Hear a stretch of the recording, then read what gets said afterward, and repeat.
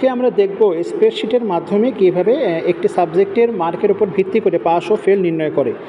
তো এই ক্ষেত্রে আমরা কি করছি, আমরা সাবজেক্টের 3টা সাবজেক্ট দিয়ে রাখছি এবং সাবজেক্টের মার্কগুলো এখানে দিয়ে রাখছি এবং এই সাধারণত পাস ফেল নির্ণয় করার সূত্রগুলো আমরা ইফ কন্ডিশনের মাধ্যমে ইউজ করে থাকি।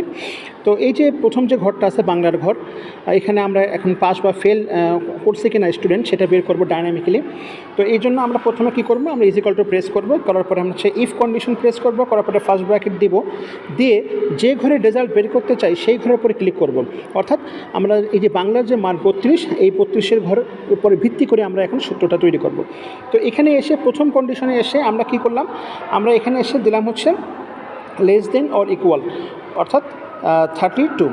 যদি এই ঘর 32-এর সমান বা কম হয় তাহলে কি হবে, তাহলে ফার্স্ট কন্ডিশনে এসে আমাদের আসবে হচ্ছে ফেল। ওকে, দেন এরপরে যদি ফেল সে না করে তাহলে সে কী করবে, তাহলে সে নিশ্চয়ই পাস করবে।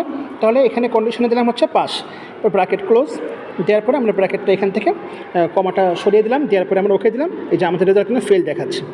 এখন এই জায়গাটা এসে 32-এর জায়গায় যদি আমি কথার কথা এখানে 33 দিয়ে দিই তাহলে কিন্তু আমার রেজাল্টটা পাস ডাইনামিক্যালি চেঞ্জ হয়ে গেছে। তাহলে আমরা সূত্রটা একটু অ্যানালাইসিস করি, সূত্রটা আসলে কি হলো।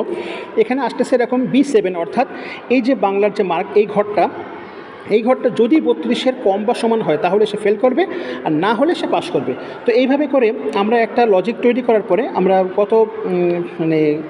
আমরা দেখেছি যে কপি ফর্মুলায় এসে আমরা যদি দুটো ঘরকে সিলেক্ট করি এবং সিলেক্ট করার পর আমরা হচ্ছে পেস্ট করে দিই, তাহলে অটোমেটিক্যালি কিন্তু আমাদের রেজাল্টটা তৈরি হয়ে যাচ্ছে। এখন একইভাবে আইসিটির ক্ষেত্রে আমার 35 মার্ক দেওয়া আছে, যদি এখানে আমি কথা 29 মার্ক দিই তাহলে কিন্তু অটোমেটিক্যালি ফেল করবে।